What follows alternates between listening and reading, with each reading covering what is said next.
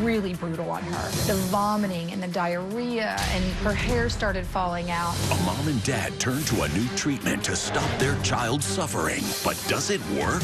That's coming.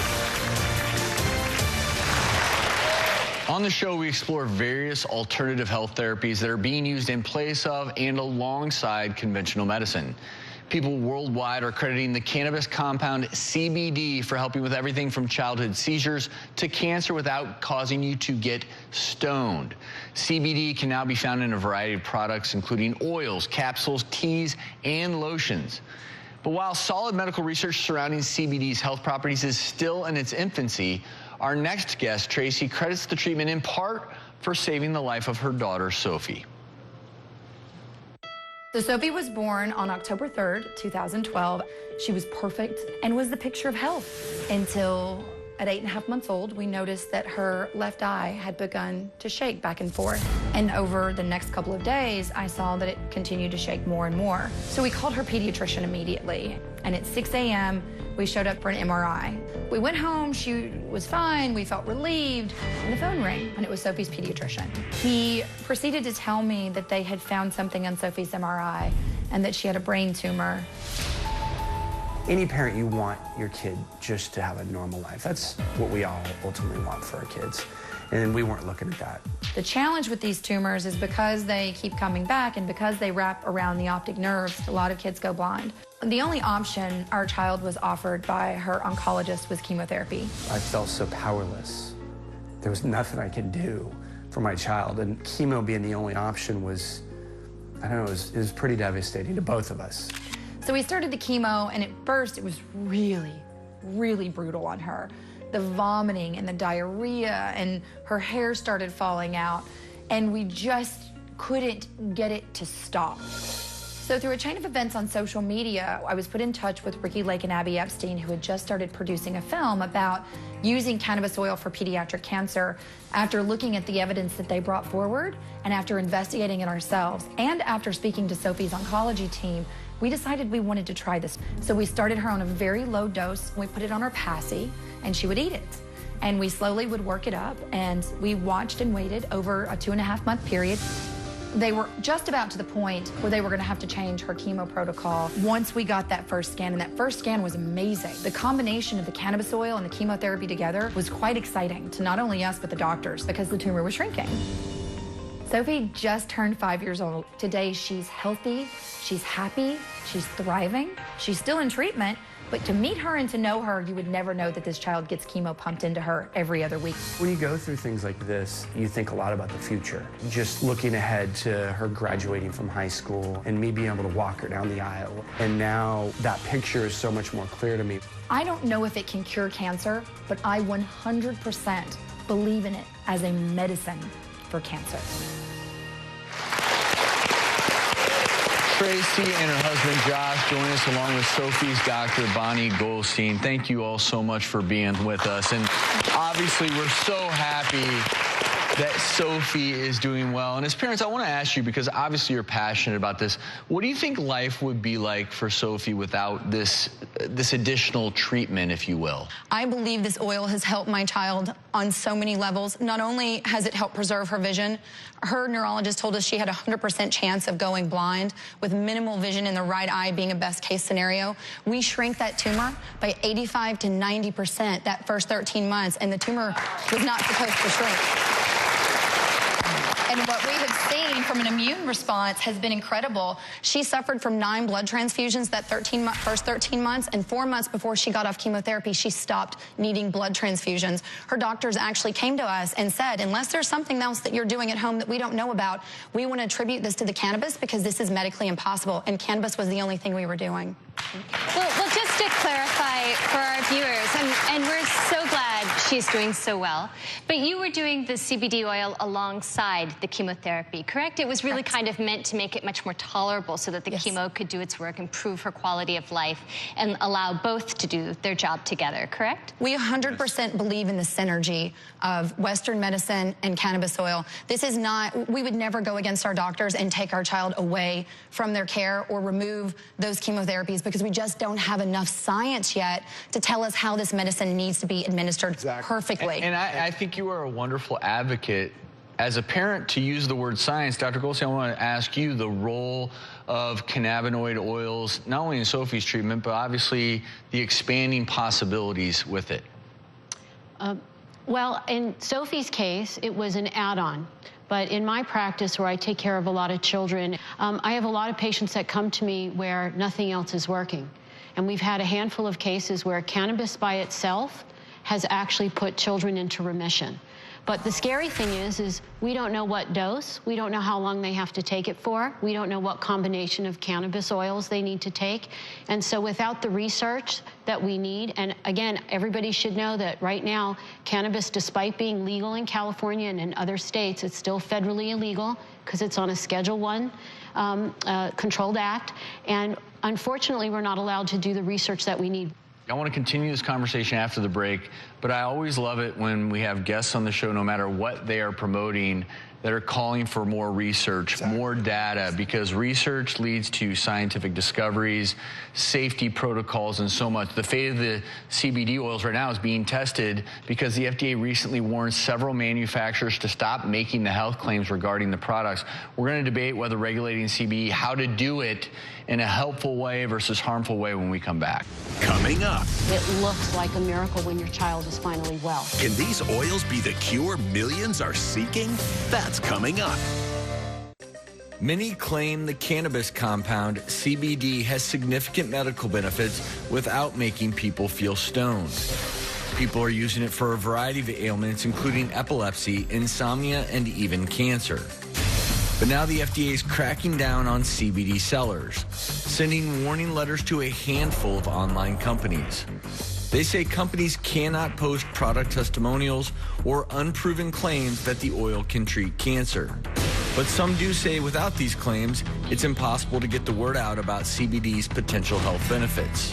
So are CBD oil health claims helpful or harmful? Let's continue our conversation about the product CBD. CBD advocates Tracy Ryan and Dr. Bonnie Goldstein join us now alongside Daniel Fabricant, the former FDA supplement director and president of the Natural Products Association, because in the previous segment, we talked about the need for more research. Daniel, I want to bring you into the conversation because there have been a lot of claims made without the science to back it up. So the FDA has jumped in and said, wait a minute, you can't say things like this will cure cancer or these other claims where there's no great science on it. So where do you stand on this? Because obviously you have a passionate doctor, passionate parents who have seen this oil help their daughter. Where do you stand on this? Right, and their story's tremendous. It shows the promise in natural products. People want to get away from synthetics and get to naturals. And so I think, though, what happens when products start making claims that they're treating and curing, those are drugs. And those warning letters from FDA, they were called unapproved new drugs. That's not the country we live in. We don't just put unapproved new drugs on the market. We make sure that the trials are there, that they've shown proof, not just for one American, but for all Americans. And is it in a strange way because it's not necessarily regulated now? Is that why these companies were able to come out and say, hey, we can make these claims of being able to cure cancer, et cetera, because at this point there isn't a ton of regulation? Well, you can't make claims on anything calling itself a dietary supplement to cure, treat, or mitigate a disease. Dietary supplements don't treat, mitigate, cure disease, especially things, cancer, Alzheimer's, what have you. So that's first and foremost. You do have, if you're looking to treat diseases, there's a process for that. And there are companies actually going through that process with CBDs right now. Yeah, I understand that GW Pharmaceuticals is doing a trial right now on purified cannabinoid oil, I guess the CBD oil. Do you have any insight or kind of information about that? Well, it's been going on for some time, and yeah, I think that it shows that there's a way to get to market. If you do want to treat a disease with cannabis products, there's a way to do it. Well, given that there's a place for CBD oil, but I guess you have to be careful as a consumer because not all CBD products, oils, are being sold, put together in the same fashion with same concentrations. That's right. That's exactly right. That's why it has to be studied. And you heard that in the last part of the segment is you've got to get the dosage for women, men, children. Who is it for? What's it for? And making sure that's studied appropriately so there's a balance between risk and benefit. Well, I think there was a recent study that just was released in the Journal of the American Medical Association where they actually looked at CBD products, like 84 products from 31 companies, and they found that only 31% of those oil products were accurately labeled with actually how much CBD they even contained. And also a significant number of them, I think it was 18 out of 84, actually had THC in addition to the CBD oil, correct? Yeah, is it surprising that someone who's going to make disease claims, skirt the law already, isn't going to have good quality products? I mean, that kind of goes hand in hand. Is if you're going to make a claim on a disease, that's a drug. You should go the drug route. If you're not, you're just going to put products in the marketplace, commercialize it without doing the work, it should come as no surprise that those products don't have what they're supposed to have in them or claim to have in them on the label. So I want to ask Dr. Goldstein, you are someone who is treating patients using cannabinoid oils. When you source these, how do you go about doing that in a way where, even though in some ways you still don't have the perfect protocols, how do you at least know the product is safe and what parents and you are paying for? So what's happened in California is that when we first passed the law, there really wasn't any regulation. And now it's taken us 22 years, but as of January 1, everything on the market will be labeled and tested.